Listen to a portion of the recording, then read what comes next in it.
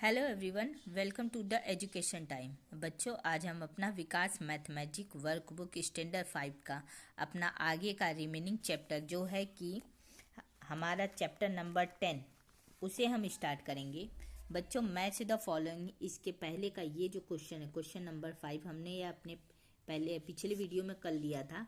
आज हम लोग अपना क्वेश्चन नंबर 6 सॉल्व करेंगे, जो है हमारा नेक्स्ट क्वेश्चन। ओके, यहाँ पे है if the cost of one match box is rupees 0 integer 50 पैसे या 0, आप इसको 50 पैसे पढ़ लीजिए।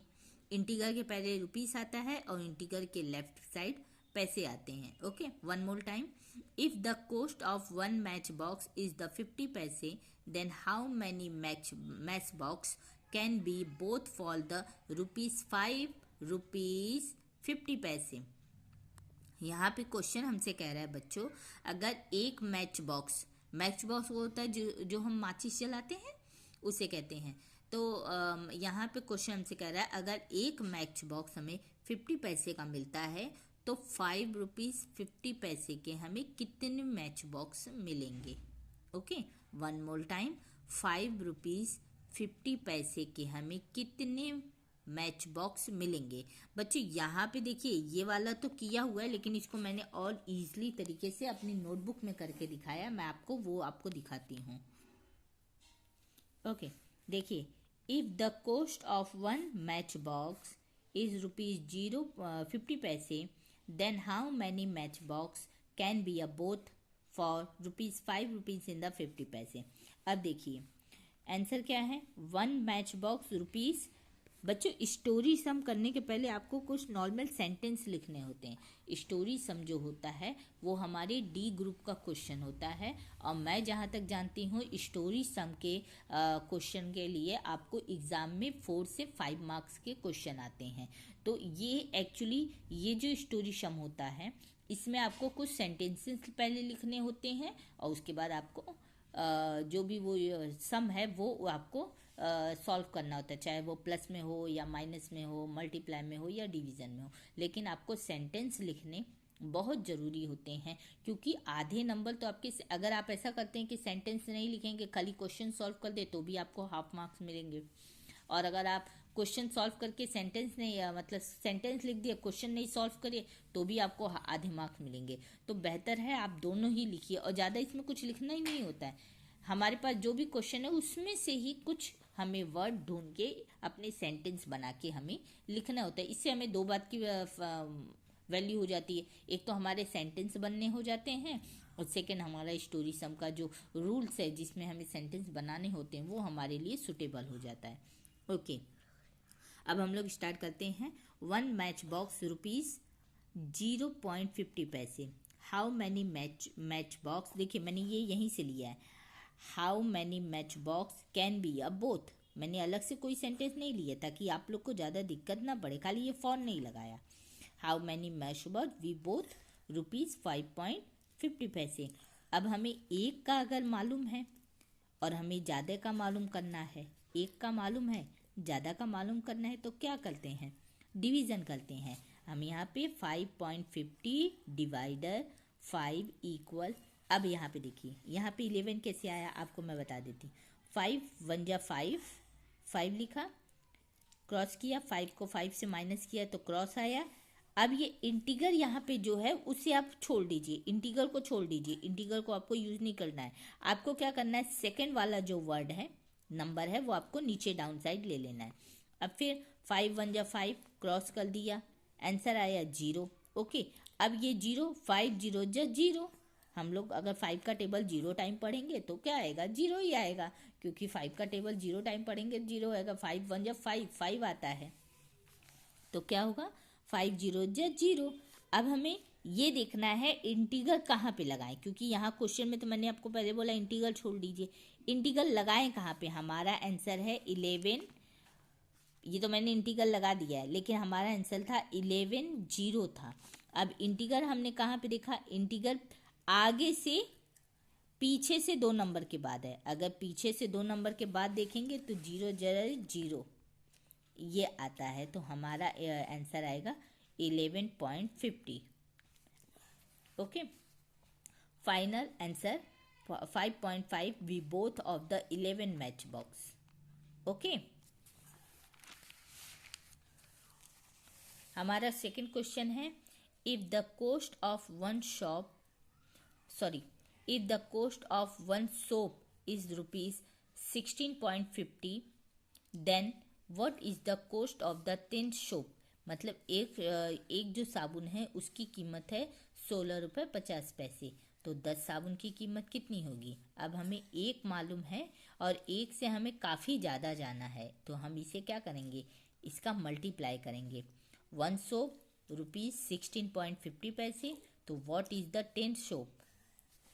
तो 16 मल्टीप्लाई 50, 16.50 मल्टीप्लाई बाय 10 इक्वल, देखिए ये मैंने यहाँ पे किया है, 0 0 जा 0, 0 5 जा 0, 0 6 जा 0 और 0 1 जा 0। इंटीग्रल मैंने यहाँ पे भी नहीं लगाया, देखिए ये लाइन मैंने यहाँ पे क्रॉस की थी 1650, यहाँ पे मैंने इंटीग्रल हटा दिया 1650। ओके, मल्टीप्लाई 1 0 जा 0, 1 5 जा 5, 1 6 जा 6 और 1 1 जा 1। अब इसको प्लस करेंगे, 0 0 5 6 1।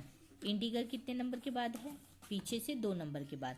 हमें बस इतना ध्यान रखना है, इंटीग्रल जितने प्लेस पे लगे हैं आप पीछे से ही इंटीग्रल लगाएंगे।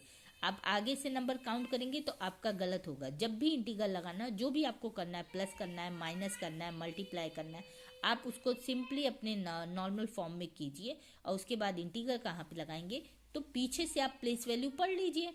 जितने प्लेस वैल्यू के बाद 0 लगे, अगर 2 नंबर के बाद इंटीग्रल हैं तो आंसर में भी 2 नंबर के बाद आपको 0 लगा देना है। 3 नंबर के बाद इंटीग्रल लगे हैं तो आंसर में भी आपको 3 नंबर के बाद 0 इंटीग्रल लगा देना है। तो यहाँ पे पीछे से देखेंगे तो 1 2 नंबर के बाद इंटीग्रल है, मैंने पीछे से 1 2 नंबर के बाद इंटीग्रल लगा दिया, आंसर आया 165। हमारा फाइनल आंसर है 16.50 multiply 10 equal 165 rupees. Final answer 165 is the 10 shop cost. तो हमें 10 साबुन कितने में मिले? 165 में। क्वेश्चन नंबर 3 है, if the cost of one banana is ₹2.50, then what is the cost of the 6 banana? अगर एक बनाने की प्राइस ₹2.50 है तो 6 बनाने की प्राइस कितनी होगी? हम यहाँ पे फिर से वही करेंगे, मल्टीप्लाई 1 बनाना ₹2.50, तो what is the 6 banana cost? 2.50 multiply by 6। यहाँ पे देखिए आंसर मैंने कैसे किया, इंटीग्रल मैंने लिख दिया है, ठीक है। 6 0 जा 0, 6 5 जा 30, 30 का 0 इधर आया, कैरी आया 2 के ऊपर, इंटीग्रल को वैसे छोड़ देंगे और 6 1 जा 6, 6 2 जा 12, 12 और प्लस 3 इज द 15। ओके, अब हमारा इंटीग्रल कितने नंबर पे था? इंटीग्रल था 2 नंबर के बाद, तो यहाँ पे 2 नंबर के बाद मैंने इंटीग्रल लगा दिया, आंसर आया 15। तो 2.50 multiply by 6 equal 15 rupees. Final answer 6 banana cost of the ₹15। Okay, next question,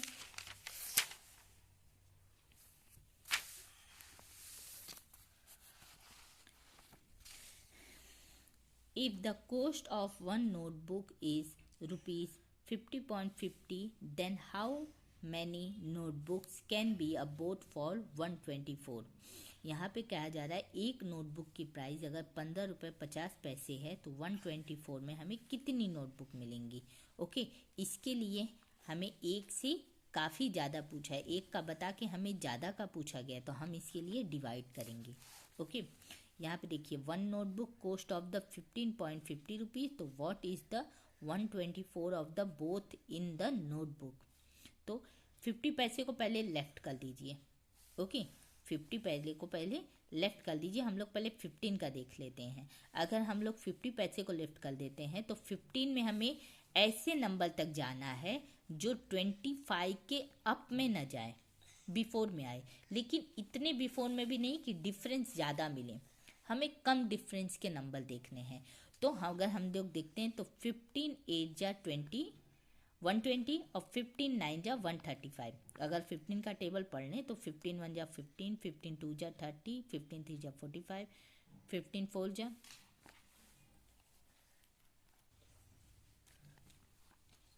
यहाँ पे देखिए, अगर मैंने पहले बताया 15 पैसे आपको छोड़ देने हैं, तो 15 7 जा 105, 15 8 जा 120 और 15 9 जा 135, 15 10 जा 150। ओके, 150। तो हमें कहाँ तक जाना है? 124 के बिफोर में जाना है। 124 ये बिग है और ये स्मॉल है, लेकिन इसमें और इसमें हमें 4 का डिफरेंट मिलता है, 4 नंबर का डिफरेंट मिलता है। मतलब 124 से अगर 120 को माइनस करेंगे तो हमें 4 नंबर का डिफरेंट मिलता है, तो हम इसी को लेते हैं। तो 15 8 जा 120, मतलब 15 के हिसाब से अगर हमने 8 बुक लिए तो हमें 120 रुपीज़ पेड करने हो गए। अब बचे 4 रुपीज़, तो 4 रुपीज़ को हम क्या करेंगे? डिवाइड करेंगे। 1 रुपीज़ में 100 पैसे होते हैं, मतलब 100 पैसे में 250 पैसे मिलेंगे। तो 15 1 जा 50 बाय 15 1 रुपीज़। Okay, 15 1 rupees. अब इस ये देखिए, यहाँ पे देखिए, मैंने यहाँ पे भी नीचे करके रखा है 1 रुपीज़ 100 पैसे। तो अगर एक रुपये में हमें 250 मिलते हैं, तो ऐसे 450 मिला के हम कितने रुपीज़ बना लेंगे? तो 4 मल्टीप्लाई बाय 8, मतलब 50 के हमें 8 कॉइन चाहिए, और 50 के जब हम 8 कॉइन लेंगे तो हमारे 4 रुपये कंप्लीट हो जाएंगे। तो 400 पैसे मतलब 4 रुपये।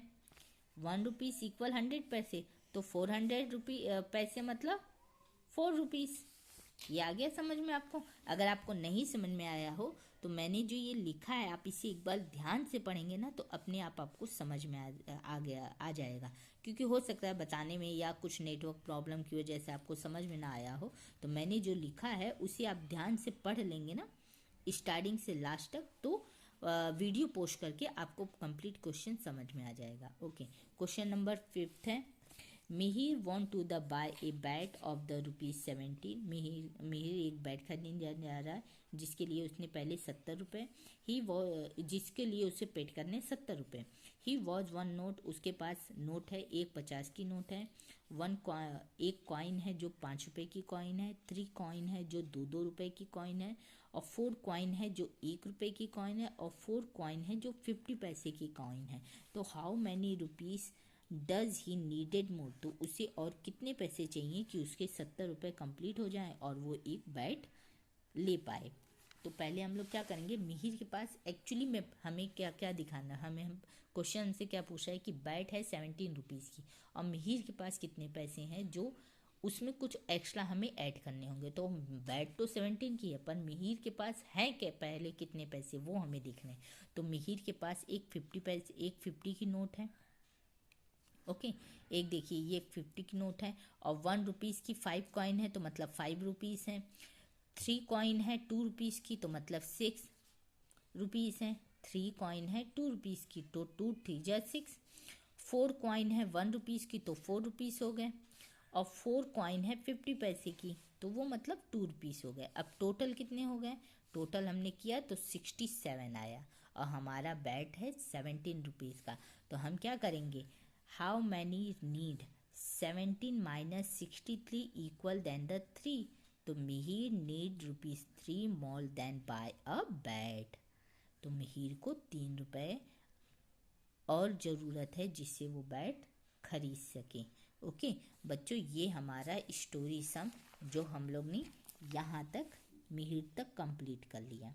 ओके, अब हम इसके बाद करते हैं राइटिंग इन द वर्ड। हमें जो ये दिए हैं हमें इसे वर्ड में राइटिंग करनी है। बच्चों मैंने आपको पहले भी बताया है, इंटीग्रल जो होता है वो वंस की प्लेस में होता है। अगर आप उसे इंटीग्रल पढ़ते हैं तो बेस्ट है, अगर आप उसे इंटीग्रल नहीं पढ़ पा रहे हैं तो आप इंटीग्रल को हमेशा वंस प्लेस में देखिए। वंस के बाद फिर टेंस आता है, 100, देन 1000, देन 10,000, फिर लाख। लेकिन अभी आपको इतना डिटेल्स में जाने की ज़रूरत नहीं है, यहाँ पे आपको सिर्फ टेंस और 100 तक ही चैप्टर में बताया गया, तो हम लोग पहले सिर्फ उसे देख लेते हैं, टेंस और 100। मैंने आपको पहले भी अपने यही चैप्टर के जो फर्स्ट वीडियो था उसमें आपको मैंने पहले भी बता दिया था कि इंटीग्रल के राइट साइड में जो होता है वो 10th होता है और इंटीग्रल के जो लेफ्ट साइड में होता है वो 10th होता है। दोनों में बहुत ज़्यादा डिफरेंट है। अगर आपको वो कॉन्सेप्ट समझना हो तो इसी चैप्टर का जो फर्स्ट वीडियो मैंने पार्ट अपलोड किया है आप उसे देख लीजिएगा, उसमें आपको समझ में आ जाएगा। ओके, तो यहाँ पे मैं अब वो कॉन्सेप्ट क्लियर नहीं करवा रही हूँ, डायरेक्ट हम लोग आगे बढ़ते, नहीं तो क्वेश्चन चैप्टर हमारा काफ़ी पीछे रह जाएगा। यहाँ पे है 0 इंटीग्रल 4, तो 0 तो हम लिखेंगे नहीं, इंटीग्रल वंस में आता है तो 4 किस पे आया, टेंस पे आया, तो 4 टेंस, टेंस में हमेशा एस लगता है, 4 टेंस। 0 इंटीग्रल 8 मतलब 8 टेंस। 0 इंटीग्रल 09, अब इंटीग्रल आया वंस में तो ये आया टेंस में और ये आया 100 में, तो 0 इंटीग्रल 9 मतलब 9 100। अब यहाँ पे देखिए 1 इंटीग्रल 6, तो अब तक 0 था तो हमने कुछ नहीं लिखा, 1 को पहले हम लोग 1 से लिखेंगे, इंटीग्रल को इंटीग्रल लिखेंगे और 6 जो है वो टेंस की प्लेस में है, क्योंकि इंटीग्रल वंस की प्लेस में होता है तो ये टेंस की प्लेस में है, तो 6 टेंस। यहाँ पे है 14 इंटीग्रल 9, तो 14 का 14 ही लिखेंगे, इंटीग्रल का इंटीग्रल लिखेंगे एंड 9 किसमें, टेंस में है, तो 9 टेंस। 0 का कुछ नहीं लिखेंगे, इंटीग्रल 25 हंड्रेड्स, 100 इसलिए क्योंकि इंटीग्रल वंस में आया, फिर 2 टेंस पे और 5 हंड्रेड्स पे, तो 25 hundreds. Okay, next question.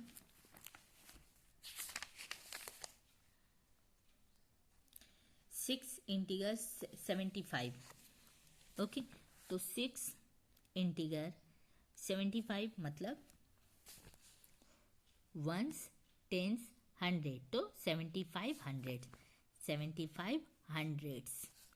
3 integral ones tens, तो 700, यहाँ पे वंस टेंस की प्लेस पे 0 है और 100 की प्लेस पे 7 है, तो 700 ना कि 1700। ओके, नेक्स्ट क्वेश्चन है writing in the figure 5 integral and the 7 tens, 5 integral and the 7 tens, 13 integral and the 9 tens, 13 integral and the 9 tens, 18 integral and the 12 hundreds, 18 integral and the 12 hundreds, 15 integral and the 2 hundreds, 15 integral and the 2 hundreds, 7 integral and the 17 700, 7 integral and the 7700, 700, 16 400, 6400, 1 integral and the 6 tens, 1 integral in the 6 tens. बच्चों question number 9 हम लोग अपने next question में, next video में solve करेंगे। अगर video पसंद आई हो और ज़रा भी आपको हेल्पफुल लगा हो तो बच्चों आप इसे शेयर करना और लाइक करना ना भूलें। अगर मेरा वीडियो आपको पसंद आता है तो सब्सक्राइब करना भी ना भूलें, प्लीज़ प्लीज़ प्लीज़। अगर ज़रा भी आपको मेरा ये वीडियो यूज़फुल लगा हो तो इसे लाइक, सब्सक्राइब और अपने दोस्तों में शेयर करना ना भूलें। फिर भी आपके अगर कोई कमेंट हो या कोई सुझाव हो जो आप मेरे साथ अपना शेयर करना चाहते हो तो मुझे आपके कमेंट का और सुझाव का बेसब्री से इंतजार रहेगा। मैं वन मोर टाइम आपको बोलिए, अगर वीडियो पसंद आया हो तो लाइक और शेयर करना ना भूलिए। मिलते हैं अपने नेक्स्ट वीडियो में। Have a nice day, bye.